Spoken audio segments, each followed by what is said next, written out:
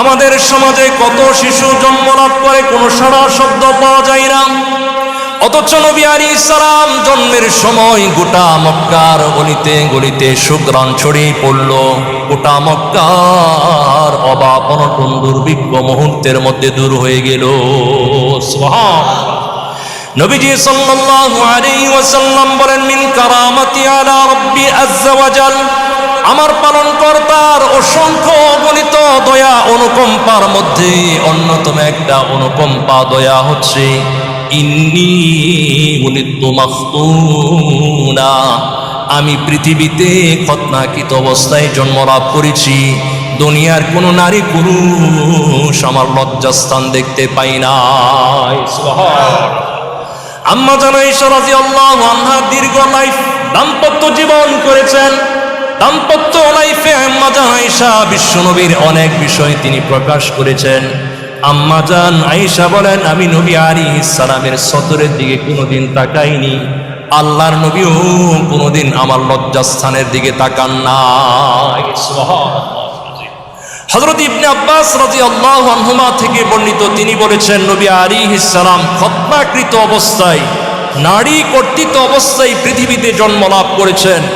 এই অবস্থা Abdul Muttalib দেখার পর বললেন, নিশ্চয়ই আমার এই নাতি বিশিষ্ট সম্মান এবং মর্যাদার অধিকারী হইবে। সুবহানাল্লাহ। ইসহাক ইবনে আব্দুল্লাহ মা আমিনার বক্তব্য নকল করে বলেন, নবীজি সাল্লাল্লাহু আলাইহি ওয়াসাল্লাম জন্মের সময় নেহায়েত পরিষ্কার পরিচ্ছন্ন পরিশুদ্ধ পবিত্র অবস্থায় জন্মলাভ করেছেন। নবী আলাইহিস সালামের গোটা শরীরের মধ্যে এক বিন্দু রক্তের দাগ পর্যন্ত লাগে না। নবীজি সাল্লাল্লাহু আলাইহি ওয়াসাল্লাম জন্মের সময় নবীজির চোখের মধ্যে সুরমা লাগানো ছিল। সুবহানাল্লাহ বলেন। নবীজি সাল্লাল্লাহু আলাইহি ওয়াসাল্লাম জন্মের সময় সুরমা লাগানো ছিল। নবী বলেন, ইন্নামা উলিদতু মুত্তাহারা, আমি পূত পরিশুদ্ধ অবস্থায় জন্মলাভ করেছি।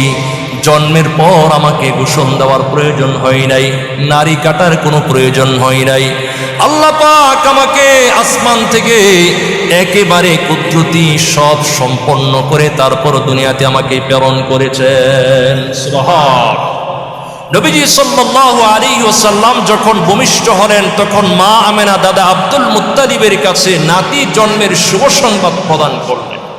নবীজির দাদা আব্দুল মুত্তালিব এত বেশি খুশি হয়েছিলেন, তার 10টি সন্তান জন্ম লাভ করার দ্বারা যতটুকু না তিনি আনন্দিত হয়েছিলেন, আল্লাহর নবী আলাইহিস সালাম তিনি পৃথিবীতে আগমন করার দ্বারা এর চাইতে শত কোটি গুণ বেশি তিনি আনন্দ প্রকাশ করেছিলেন। সুবহানাল্লাহ।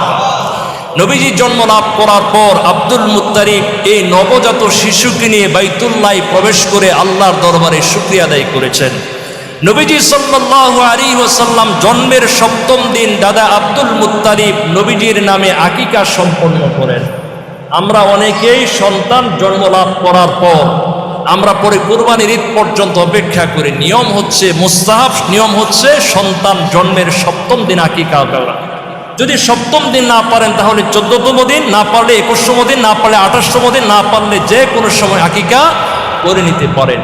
নবী আলাইহিস সালাম জন্মের 7ম দিন দাদা আব্দুল মুত্তালিব তিনি আকিকা সম্পন্ন করেন। এই আকিকার অনুষ্ঠানে নবী আলাইহিস সালামের আকিকা অনুষ্ঠানে দাদা আব্দুল মুত্তালিব মক্কার সকল নেতৃবৃন্দকে দাওয়াত প্রদান করলেন। এবার আকিকার অনুষ্ঠান সম্পন্ন হওয়ার পর নবীজি সাল্লাল্লাহু আলাইহি ওয়াসাল্লামের নামকরণ করার পালা। দাদা আব্দুল মুত্তালিব তিনি তার নাতির নাম রেখেছেন মুহাম্মদ করে। এই নাম শোনার পর মক্কার কুরাইশ নেতৃবৃন্দ বলল, হে আবুল হারিস, আপনি এই সন্তানের নাম কেন মুহাম্মদ রেখেছেন? আপনার পিতৃপুরুষ বাপ দাদা এবং মক্কার মধ্যে অতীতে কেউ কোনোদিন এমন নাম তো কখনো রাখে নাই, আপনি কেন এই সন্তানের নাম মুহাম্মদ করে রেখেছেন? আব্দুল মুত্তালিব বললেন, আমি এই সন্তানের নাম মুহাম্মদ করে এজন্য রেখেছি যেন ঊর্ধ্ব আকাশে আল্লাহ আর এই বিশ্ব চরাচরে বিশ্ব ব্রহ্মাণ্ডে গোটা দুনিয়ার মানুষ যেন তার প্রশংসা গুণ বয়ান করেছিল। বাস্তবেই নবী আলাইহিস সালাম আল্লাহর পরে এই পৃথিবীতে সবচেয়ে বেশি আলোচিত একজন পার্সন, যিনি সবচেয়ে বেশি